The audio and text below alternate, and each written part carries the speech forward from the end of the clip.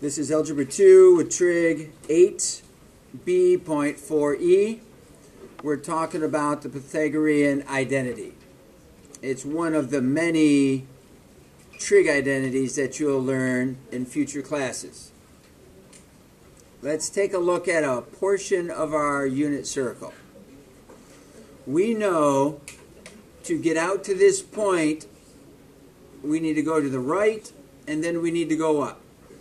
You need to do your x values, and then you need to do your cosine, or your y values. Your cosine is considered the x. We've learned that in the past because of adjacent over hypotenuse. And the y values are considered your sine because that's opposite over hypotenuse. So using Pythagorean theorem, leg squared plus leg squared equals hypotenuse squared, we could say x squared plus y squared equals 1 squared. That would make sense here with our triangle in the unit circle. We're going to write it as cosine squared because that is the x value, plus sine squared because that's the other leg, that's the y value, equals 1 squared. But we'll just write 1 because 1 squared is 1. This identity is true for all real angles of theta. So it doesn't just have to be at 45. That's what this looks really close to. It can be any angle. Doesn't just have to be angles of the unit circle. This is a result of applying the Pythagorean theorem on a right triangle that is formed in the unit circle for every theta. Like any identity, the Pythagorean identity can be used for rewriting trigonometric expressions in an equivalent form. Often the equivalent form is more helpful. Okay, you'll do this a lot in pre-calc. This is the most easiest identity that you'll use in pre-calc. Cosine squared plus sine squared equals 1.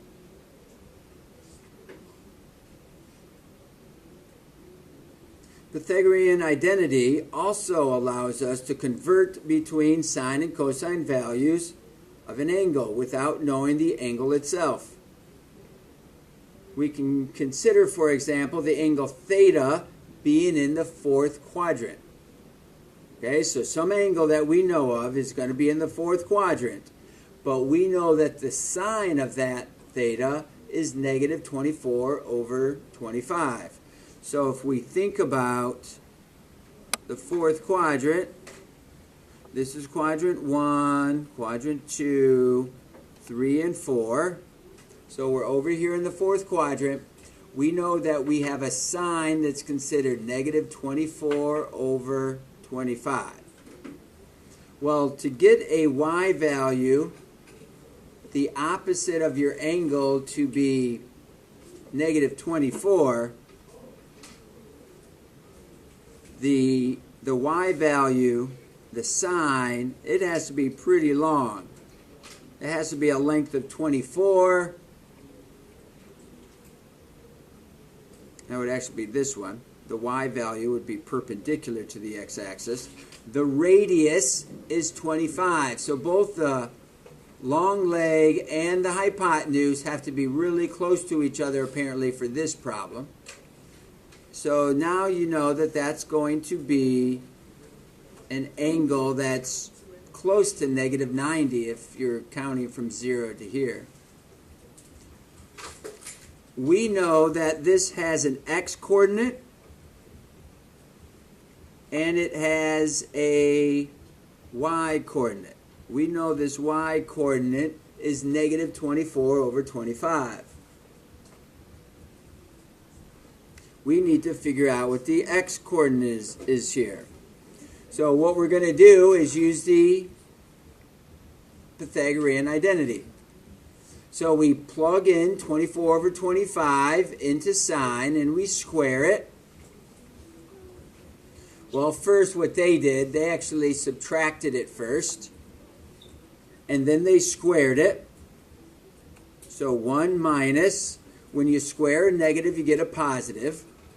576, that's 24 times 24. 25 times 25 is 625. Now you've already squared them, so the square is gone. You really don't need parentheses anymore. To take 1 minus this fraction, we need to make common denominators. So, of course, the denominators have to be 625 for them to match. And when we subtract, because they have common denominators, we can say 625 minus 576. We get 49. So this is 49 over 625. So that's what cosine squared equals. 49 over 625. So then you take the square root of both sides. And when you take the square root of the top, you get 7. When you take the square root of the bottom, you get 25. And your sign, whenever you take the square root of both sides of an equal sign, has to be plus or minus. That's because y has a negative value also over here, which would require x to be negative. So you could have the same y value in the fourth quadrant, or you could have the same y value in the third quadrant. The fourth quadrant is going to require a positive x, an x to the right, where if this said the third quadrant, if it did, it would be to the left, which would be a negative. But we're going to use positive because cosine is positive in the fourth quadrant. So our final answer is cosine of theta equals 7 over 25. And that's how you do these. We're using Pythagorean theorem. There are other ways we could have gotten it, but we're using Pythagorean theorem, Pythagorean identity specifically, to get the cosine by itself. Let's try a couple. Here's a much nicer one.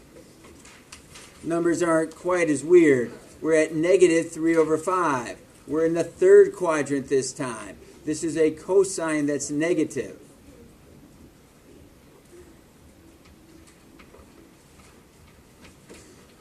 So for cosine to be negative, you could think about this as a decimal, and that would tell you where you might be. If you're trying to draw an accurate picture here, this would be 0.6, so you need to be further than 0.5. That would be one way to think about it. You need your x value to be more than half of your hypotenuse, so again, you're going to be further. But different ways to think about that. So your x is negative 3, and your hypotenuse, or your radius in this case, is 5. So that's what we know in terms of where it would land in the third quadrant. We need to figure out what this side length is. There's different ways to do that. We've used different strategies in the past, but the one we're using right now is cosine squared plus sine squared equals 1. We know that the cosine is negative 3 over 5, and we square it. We're looking for the sine. So we're going to square this fraction. Positive 9 over positive 25. Then I'm going to subtract it across. Now when I subtract it across, I need to have common denominators. So rather than rewrite it twice, I know that I have to have 25 over 25 minus 9 over 25. Because I'm subtracting the 9 over 25 to the other side. That gives me a sine squared of theta equals 16 over 25. And when I take the square root of both sides, what happens?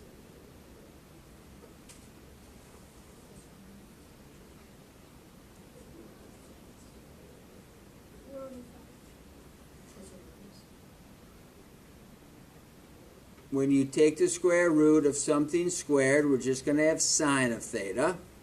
And when you take the square root of 16, you get 4. When you take the square root of 25, you get 5. And because you're taking the square root of both sides of an equal sign, you get plus or minus. That's because over here, you could have gone up. First you did -3, because that was our fraction that we were working with. -3 for the x. Could have gone up to get to the circle, or we could have gone down to get to the circle. Up gives us a positive 4 over 5. Down gives us a negative 4 over 5. We're going to have a positive 4 over 5 because we're in the second quadrant. What? No, we're not, are we? We're in the third quadrant. So, my fault. We should have drawn down here. We're actually in the third quadrant.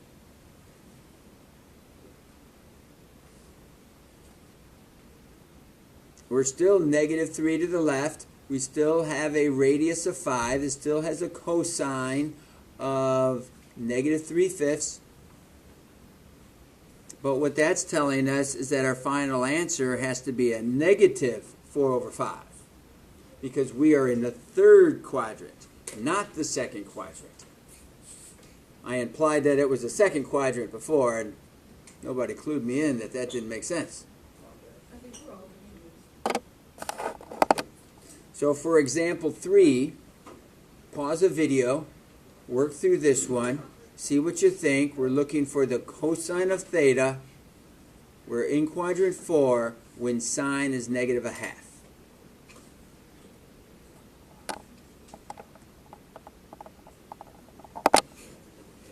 Example number 3. Well, there's a couple ways we can handle this one. I like to draw the picture. A picture is not required. But I just like to show you what this is meaning. Sine is a y value. Sine is down 1/2. So 1/2 is going to be halfway down to our -1. So we're going to come straight across, because we're supposed to be in the fourth quadrant. We want to know what this coordinate is right here. We know that the sine, the y value, is -1/2. Well, that should sound familiar to you. You could have realized that that's going to be, if the y is -1/2, then the x is going to be long. If the y is short, the x is long. This is actually a spot on the unit circle. But if you didn't realize that, then you started out with cosine squared plus sine squared equals 1 squared. We don't know what cosine is. That's what we're trying to calculate. But we know what sine is, and we have to square it. So I would suggest squaring it before you move it. Doesn't matter. Negative times a negative is a positive. 1 times 1 is 1. 2 times 2 is 4. Then we're going to subtract it to the other side. So we get 1 minus 1/4. So you know that you need common denominators to be able to do that math. So we're going to have cosine squared of theta equals 3 over 4. Well, now we're ready to take the square root of both sides. That's going to give us cosine of theta, not cosine of theta squared. Cosine squared of theta, it's called. we're going to do plus or minus the square root of 3 over the square root of 4, and the square root of 4 is 2. So there's your root 3 over 2. And we know we're in the fourth quadrant. You need to understand that that has to be a positive x. So by drawing the picture, we can help determine exactly what type of x value we have. So our final answer is going to be root 3 over 2. It has to be positive. You could have determined that really quickly and easily, because for y to be negative a half, the x had to be root 3 over 2 through all your experiences before. For this one, 9 over 41, that's not a value that's typically discussed on the unit circle.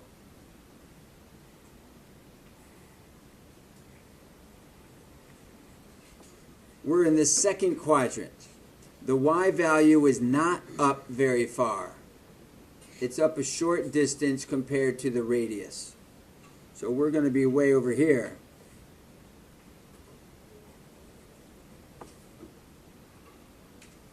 So we're looking for how long would this x value be. So cosine squared of theta plus sine squared of theta equals 1. Cosine squared of theta over 9 over 41 squared equals 1. Cosine squared of theta. Now we square the 9 to get 81. We square the 41 is 1681. We're going to subtract that amount across, just like we did before. 1 minus, but let's say instead of writing 1, that's just an extra step. What's the 1 have to be? It has to have common denominators with your 81 over 1681. So this is a value of 1 minus whatever your sine squared was. And when we subtract that, we're getting 1600 over 1681. Now we take the square root of both sides, which gives us cosine. We get plus or minus. The square root of 16 is 40. We already know the square root of 1681 is 41. And looking at our picture, the x value is going to be pretty long. It's going to be close to what the radius is. So they're calling it 40 over 41. And it has to be a negative value.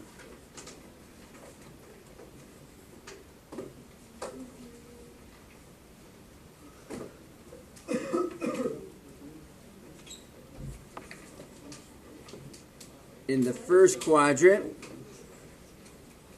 we're going to have x over 30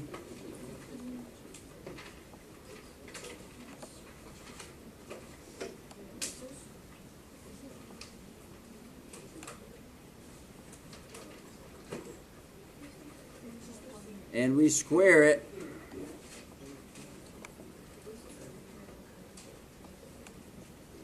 And we subtract it across.